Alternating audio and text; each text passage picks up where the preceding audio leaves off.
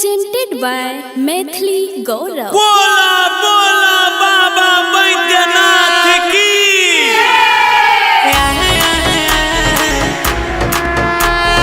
जय जय भोले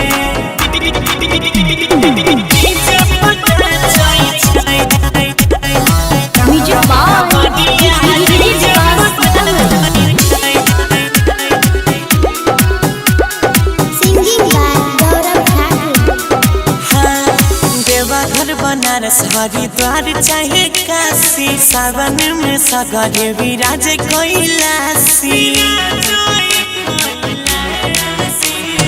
देवघर बनारस हरिद्वार चाहे काशी सावन में सगरे विराज कैलाशी जलावा चढ़ाबै शिव के मनाबै हुनकर मचै छै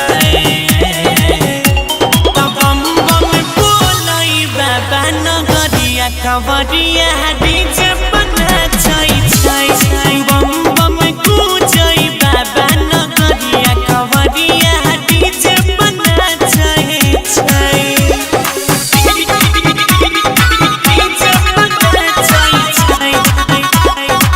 डीजे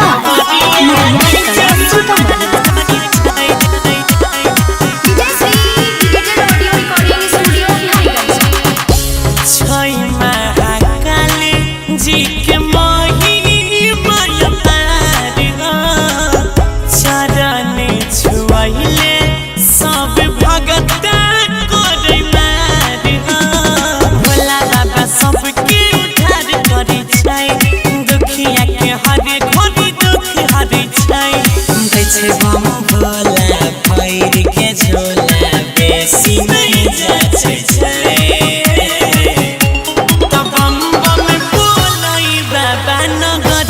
कवरिया डीजे बना छै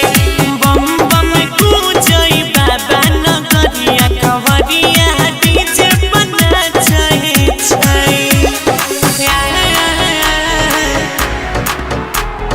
जय जय भोले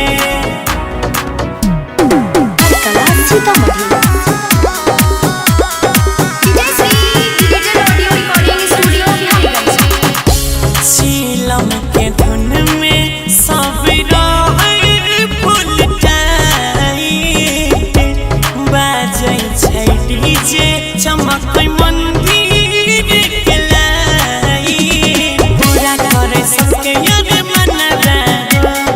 गाबै सोनू गौरव भजन सबके देखाई छै गरीबिया मेरिया कोई नहीं बचै छै तब बम बम बोलै बाबा नगरिया कवरिया